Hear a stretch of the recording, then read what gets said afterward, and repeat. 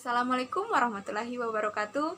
Halo teman-teman, perkenalkan nama saya Srielen Puspita Pomulu dari Prodi Manajemen Dakwah semester 6.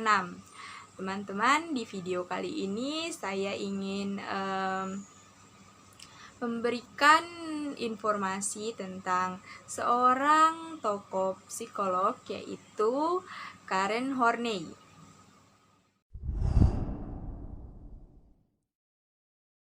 Teman, tadi itu adalah fotonya Karen Horney. Nah, Karen ini perlu teman-teman ketahui dia lahir pada tanggal 16 September 1885 di sebuah desa kecil di sebelah utara Jerman. Ayah seorang Karen Horney ini pun adalah seorang kapten kapal. Lalu ayahnya juga seorang yang taat beragama, angkuh, dan juga seorang pemuda yang terkenal keras. Ayah Karen juga seorang yang bisa dikatakan pendiam dan pemurung. Tetapi dikala berkomunikasi, ayah Karen dikenal dengan orang yang ceria, menarik, dan punya pikiran yang bebas atau luas. Kita kembali ke Karen Horney. Jadi Karen ini pada usia 9 tahun, dia menjadi anak yang suka berebut dan suka menentang. Dia memutuskan bahwa dia tidak bisa menerima rasa cinta dan rasa aman. Maka dia akan melakukan balas dendam terhadap perasaan yang tidak layak dan tidak menarik menurutnya. Beberapa tahun kemudian, Karen Horney menuliskan bahwa jika aku tidak bisa menjadi cantik, maka aku harus menjadi pandai atau pintar. Dia pun berjanji bahwa dia harus menjadi orang pertama di kelasnya.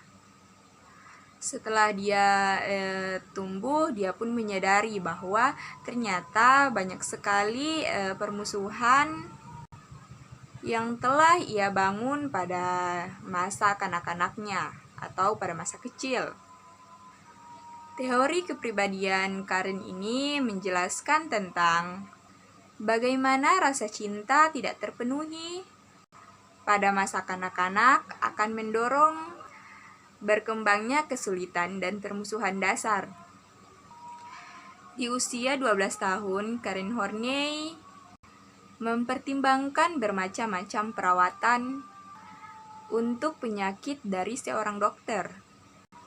Dia memutuskan untuk berkarir di bidang medis. Di tengah-tengah perjuangannya untuk mengatasi perasaan tidak berharga serta perasaan putus asa, selama di SMU, Karen berusaha untuk meraih cita-citanya, yaitu masuk sekolah medis. Pada usia Karen yang ke-24, Karen menikah dengan seorang pemuda yang bernama Oscar. Oscar ini dia adalah seorang pengacara asal Berlin. Di kehidupan rumah tangga pun Karen tidak begitu berhasil. Peristiwa-peristiwa yang menyakitkan semasa kecilnya itulah yang mengantarkan Karen Horney sehingga dia menjadi seorang psikolog aliran psikoanalisis.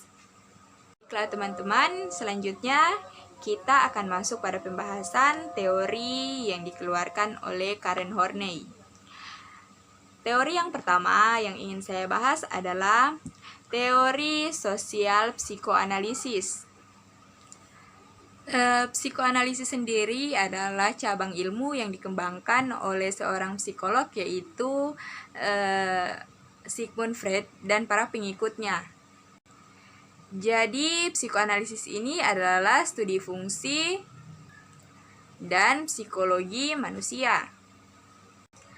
Pada mulanya Karen Horney ini adalah pengikutnya Freud dan kemudian diklaim oleh Carl Gustav dan Alfred Adler.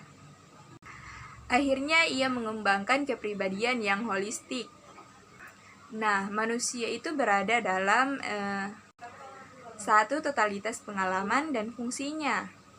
Dan juga bagian-bagian kepribadian seperti fisikokimia, emosi, kognisi, sosial, kultural, yang hanya dapat dipelajari dalam satu dengan yang lain sesuai dengan keyakinan yang dikumpulkan. Tapi teman-teman, pakar psikoterapi ini dia membantah konsep dan teori dari Karen Horney. Menurutnya, Horney ini pemikirannya berbeda dengan Sigmund Freud, sehingga dia dengan sukarela mencari kesejajaran antara keduanya.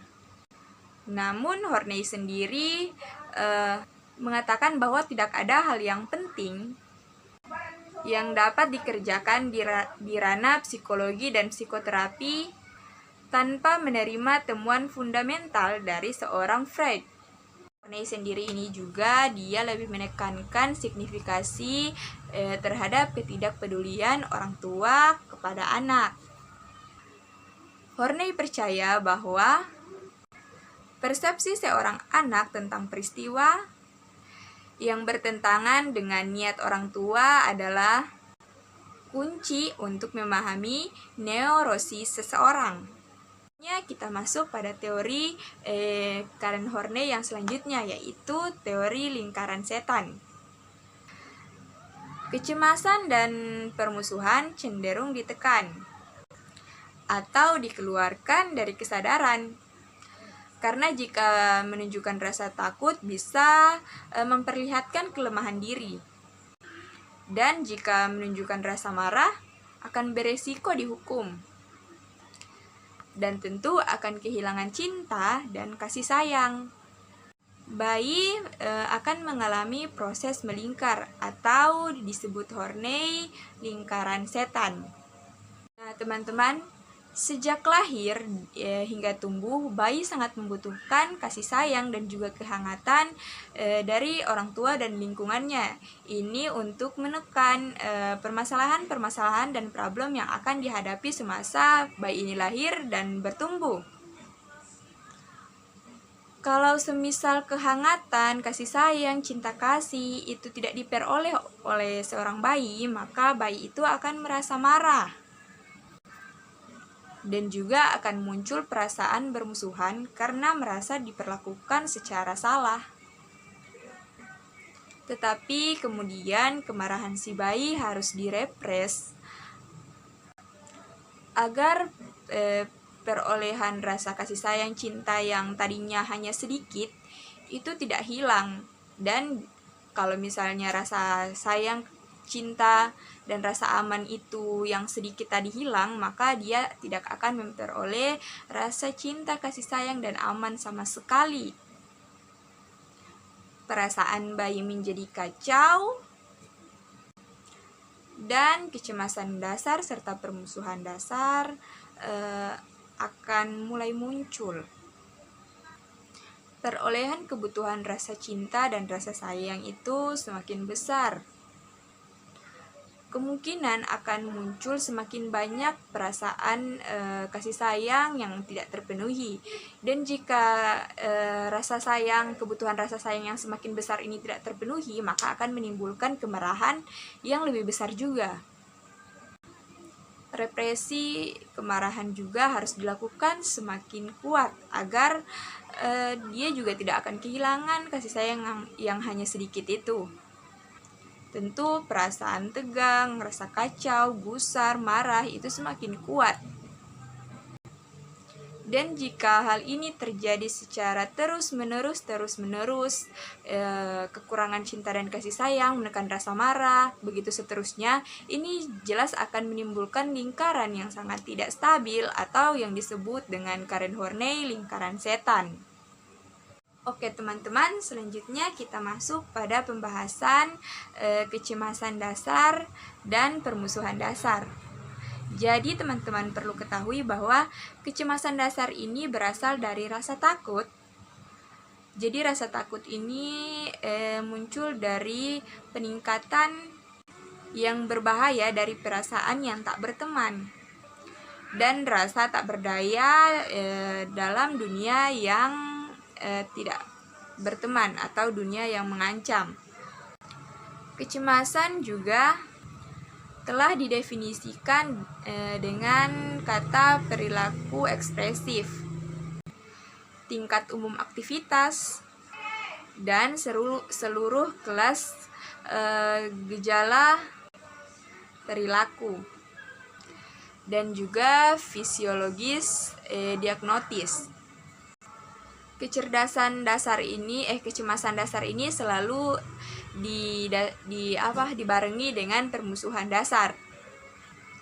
Berasal dari perasaan takut, perasaan marah, untuk mengantisipasi bahaya dari orang lain dan juga cenderung mencurigai orang lain. Jika kecemasan dasar dan permusuhan dasar ini bersama-sama, maka akan semakin meyakinkan seseorang bahwa dirinya harus melindungi dan menjaga dirinya sendiri dari apa-apa yang membuatnya marah dan takut, atau apa-apa yang berada di lingkungannya yang berpotensi mengancam dirinya. Tapi teman-teman, jangan salah sangka dulu. Kecemasan dasar ini tidak termasuk dalam neurosis loh. Melainkan lahan subur di mana neurosis itu sendiri dapat berkembang setiap saat.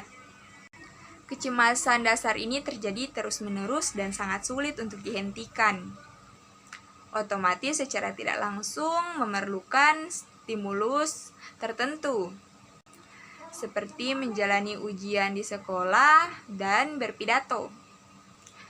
Kecemasan dasar ini juga sangat berpengaruh terhadap semua hubungan yang terjalin dengan orang lain, dan otomatis mengarah pada cara-cara yang tidak sehat untuk berhubungan dengan orang lain.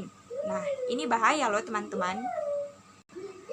Teori Horney sendiri tentang neurosis didasarkan pada konsep gangguan psikis yang membuat orang terkunci dalam lingkaran tertekan dan membuat aktivitasnya tidak produktif.